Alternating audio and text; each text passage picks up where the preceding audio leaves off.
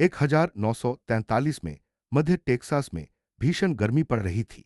मानो शैतान ने जलवायु को नियंत्रित कर रखा हो। तापमान 104 डिग्री फ़ारेनहाइट को पार कर गया था और मैदानों में धूल की लहरें उठ रही थीं, जो तपती हवा से हिल रही थी। पेड़ों से सिकारा की चिंगार सुनाई दे रही थी। हवा में मेस्काइट, डीजल के धुएं और धुएं की गंध फैली हुई थी। हिकोरी का घना धुआं। अमेरिकियों को पता ही नहीं चला।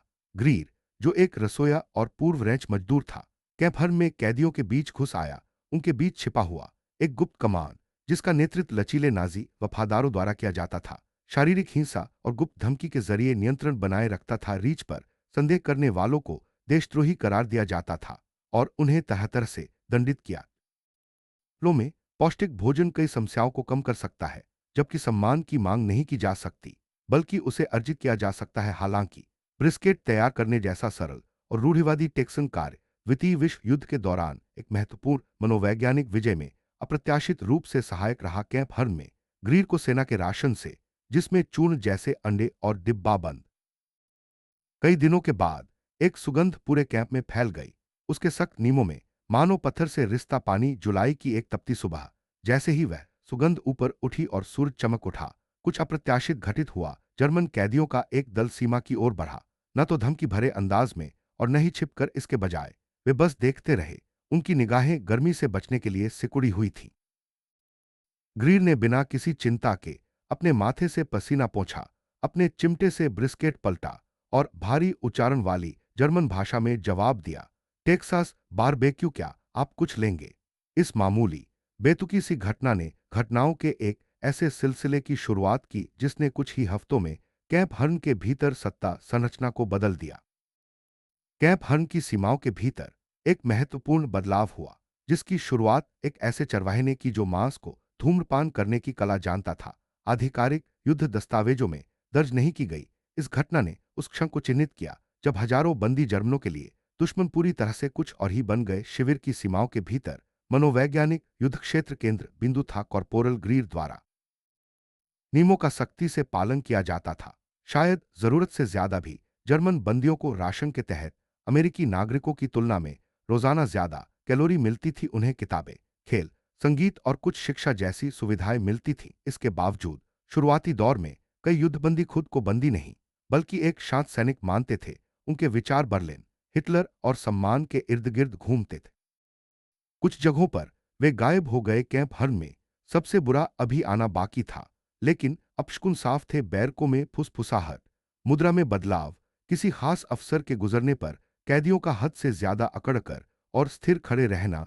अमेरिकी सेना धीरे धीरे आगे बढ़ी। आखिरकार ये कैदी थे, दुश्मन नहीं। ये क्या खतरा पैदा कर सकते थे?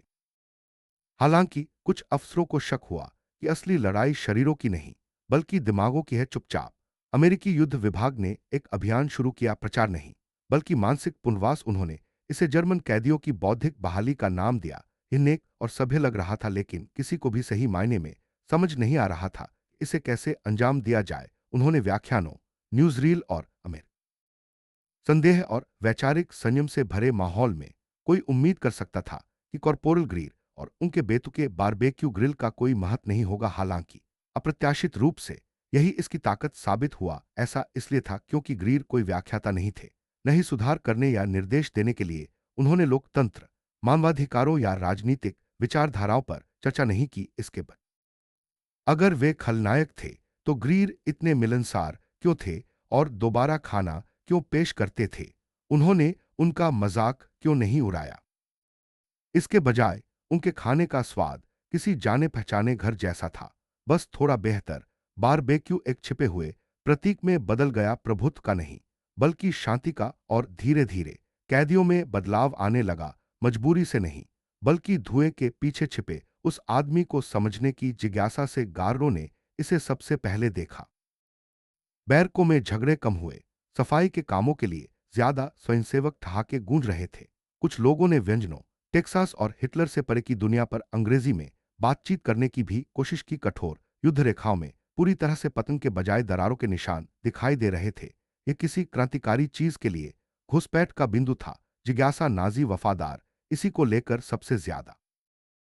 उसने उसे देखा, महसूस किया और आखिरकार उसका स्वाद भी चखा। वह अगले दिन लौटा, धीरे धीरे और भी लोग दिखाई दिए, एक साथ नहीं, दिखावटी तौर पर नहीं, बल्कि एक एक करके कुछ वे बार के पास आते, अलग अलग बहाने बनाते, जैसे अंगड़ाई लेते, झाड़ू लगाते या टोकरियां हिलाते। और हर बार जब ग्रीर मौजूद होता तो वह अपनी विशिष्ट सुस्त आवाज और एक ही प्रस्ताव के साथ उनका तान नहीं था, यह चालाकी नहीं थी, यह बस बिना किसी शर्त के दिया गया भोजन था। लेकिन इस सादगी ने इसे कट्टर नाजियों के लिए खतरनाक बना दिया। बैरकों के अंदर वैचारिक प्रवर्तकों के बीच भय की लहरें उठने लगी। वे भोजन को रोक नहीं सकते थे, बिना इसके प्रति अपने भय को उजागर किए वे पुरुषों को खाने से नहीं रोक सकते थे। यह तुच्छ लगता इसलिए इसके बजाय ग्रीर सिर्फ खाना ही नहीं बांटते थे, बल्कि कहानियां भी सुनाते थे। स्मोक बीफ के टुकड़ों और बीन्स के ढेरों के बीच वे किस्से सुनाते थे, उपदेश नहीं, भाषण नहीं, बल्कि कहानियां। धूल के बीच पले बढ़े होने की रात ढलते ही बारों की मरम्मत करने की, फ्रांड नाम के एक 12 साल के जर्मन पड़ोसी के बारे में जिसने उन्हें खच्चर चलाना सिखाया, एक अश्वेत रसोए के बारे में जिसने क्या तुम्हारे शहर में यहूदी हैं? तुम्हारे वरिष्ठ अधिकारी तुम्हें डांटते क्यों नहीं? और ग्रीर सचमुच हमेशा खुलकर जवाब देते, तुम्हें नफरत? बिल्कुल नहीं, मैं अभी तक तुमसे मिला भी नहीं हूं। हाँ, हमारे यहां यहूदी हैं, कमाल के लोग हैं। एक बेकरी चलाता है, आरू का कोबलर इतना स्वादिष्ट बनाता है कि रोना आ जाए। मेरे सीनियर वे मुझे छोटा नहीं समझते। अगर मैं फलियां जला दूं तो वे शिकायत करते हैं, जो वाजिब है। जवाब अप्रत्याशित और बेबाक थे, वे योजनाबद्ध या सोची समझी नहीं थी, वे सच्ची थीं। एक सुबह एक सख्त जर्मन कॉर्पोरल अचानक बारे पर जल्दी पहुंच गया। ग्रीन ने उसे कॉफी दी, जिसे उसने स्वीकार कर लिया। फिर धीरे से पूछा, क्या तुम्हें हमारे साथ दोस्ताना व्यवहार करने की इजाजत है? हंसा और स्वीकार किया कि उससे पहले कभी ऐसा नहीं पूछा गया था। यह प्रतीत होता है कि हानिरहित टिप्पणी जल्द ही पूरे शिविर में फैल गई। अगस्त के अंत तक कभी कभार एक झलक पाने के लिए आने वाले कैदियों की बार आ गई। बारबेक्यू एक परंपरा बन गई थी। सप्ताह में एक बार रविवार को ग्रीर पहरेदारों के लिए खाना बनाता था। हालांकि अब वह अनजाने में ज्यादा खा वे काम करते हुए सीटी बजाते, चुटकुले सुनाते और घरेलू नुस्खे एक दूसरे को बताते। कैंप हन के कमांडेंट द्वारा वाशिंगटन को भेजे गए एक ज्ञापन के अनुसार कैदियों और कैंप में कर्मियों के बीच यह सहसा लगने वाला सौहार्दपूर्ण व्यवहार युद्धबंदियों के मनोबल, उत्पादकता और टीम वर्क को काफी बढ़ावा देता था। स्पष्ट उल्लेख न होने के बावजूद सभी ने ग्रीर को उत्प्रेरक टेक्सास के एक धूम्रपान करने वाले से, जिसकी देखरेख एक ऐसे चरवाहे द्वारा की जाती है जो मनोवैज्ञानिक मैनुअल से अपरिचित है, फिर भी एक अपरिवर्तनीय सत्य को समझता है। कोई ऐसे व्यक्ति के प्रति घृणा नहीं रख सकता जो उनके पाक कला की सराहना करता है।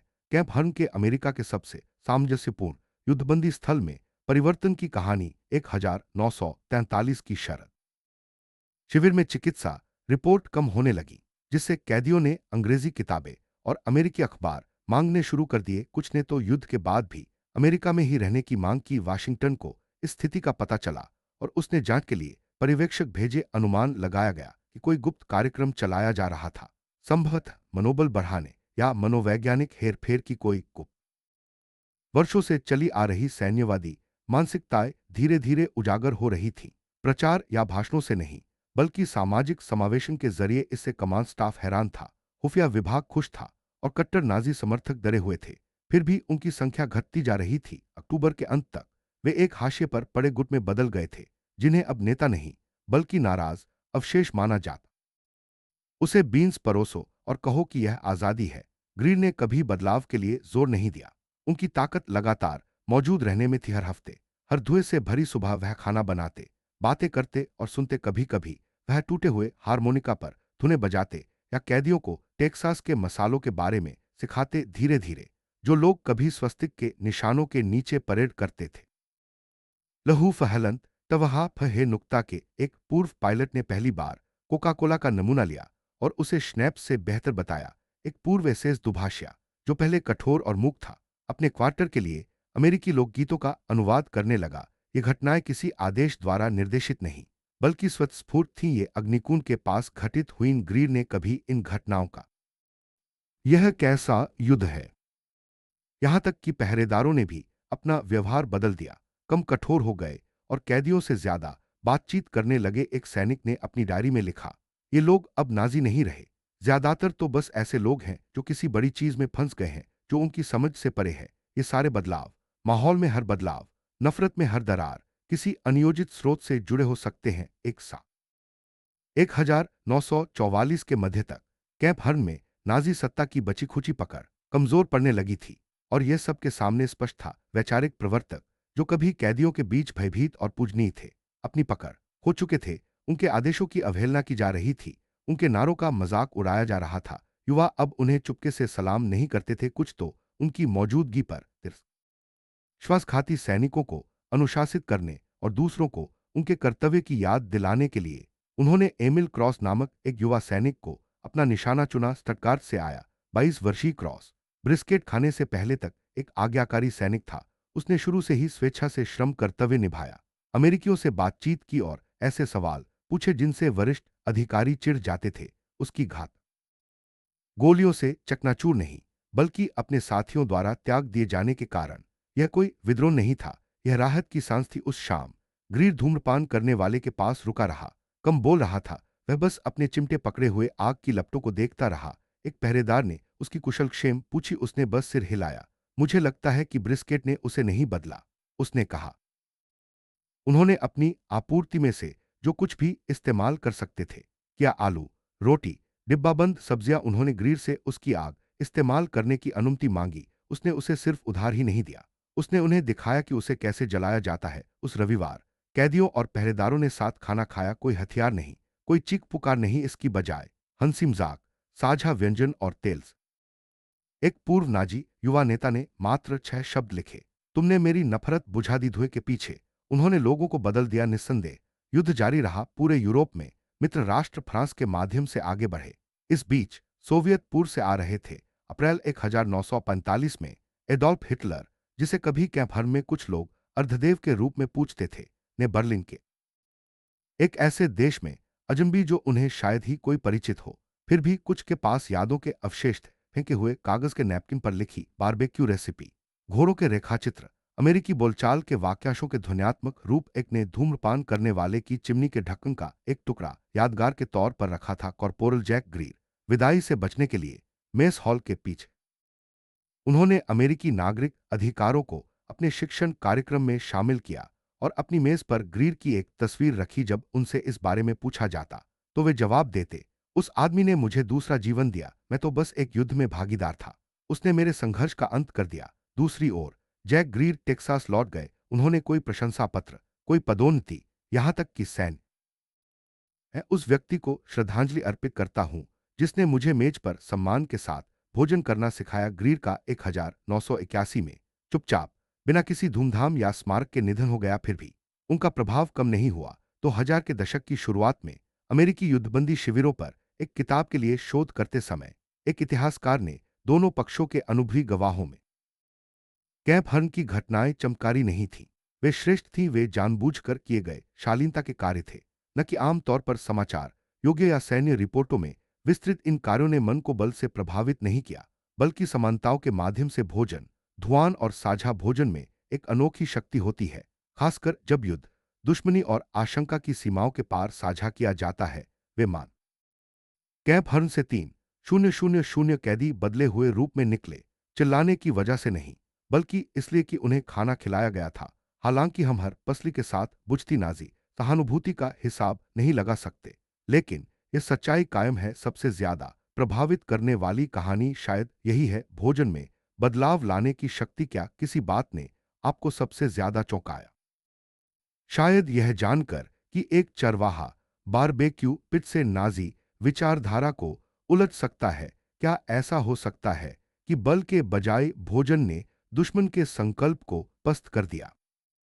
अपने विचार कमेंट में साझा करें। अगर आपका मानना है कि इतिहास को उन मानवीय आख्यानों के जरिए सुनाया जाना चाहिए जिन्होंने उसे गढ़ा है, तो कृपया इस वीडियो को लाइक करें, सब्सक्राइब करें और उन लोगों तक पहुंचाएं जो दयालुता को कमजोरी समझते हैं, क्योंकि कभी कभी धुआं अपने उभार से आगे बढ़कर जख्मों को भर देता है।